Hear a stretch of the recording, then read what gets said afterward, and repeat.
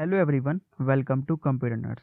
आज हम इस वीडियो ट्यूटोरियल में देखेंगे वेरियस मैथमेटिकल ऑपरेशंस के बारे में। तो चलिए स्टार्ट करते हैं।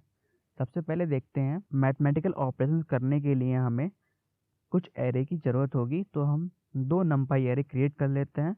अब उन पे हम परफॉर्म करेंगे वेरियस मैथमेटिकल ऑपरेशंस। चलिए स्टार्ट करते हैं।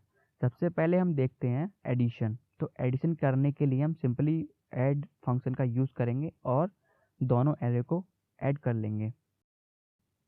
सिमिलरली सबट्रैक्ट फंक्शन होता है, उसकी हेल्प से हम दोनों एरे को सबट्रैक्ट कर सकते हैं आपस में। अब देखेंगे मल्टीप्लाई। अब मल्टीप्लाई कैसे करें दोनों एरे का, तो मल्टीप्लाई फंक्शन होता है नंपाई के अंदर, उसकी हेल्प से हम दोनों को मल्टीप्लाई कर सकते हैं। नाउ अब हम देखते हैं डिवाइड। डिवीज़न कैसे करते हैं, ठीक है। तो डिवाइड की हेल्प से हम दोनों एरे को आपस में डिवाइड कर सकते हैं।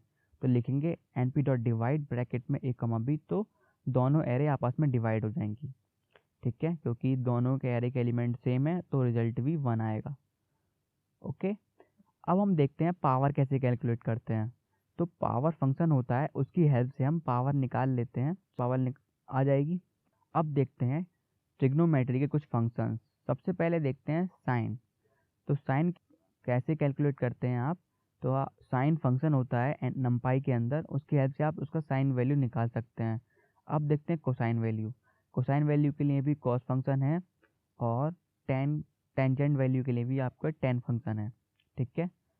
अब चलिए कैलकुलेट करते हैं लॉग। अब देखते हैं various logs. Natural log calculate करने के लिए हमें सिंपल नंपाई के अंदर फंक्शन है log, तो लिखेंगे np.log, तो ये आपको नेचुरल लॉग दे देगा। उसके बाद अगर आपको बेस 2 का लॉग कैलकुलेट करना है तो आप लिखेंगे np.log2 और ब्रैकेट में वो एरे आप पास करा देंगे, तो ये log बेस 2 आपको दे देगा।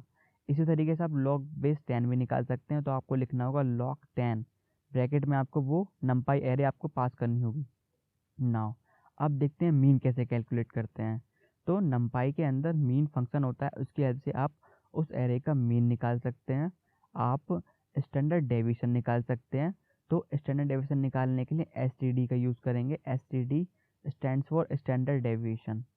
आप इसी तरीके से वेरिएंस भी कैलकुलेट कर सकते हैं। तो वेरिएंस निकालने के लिए वेर फंक्शन होता है इसमें, तो आप वेर की हेल्प से वेरिएंस निकाल सकते हैं।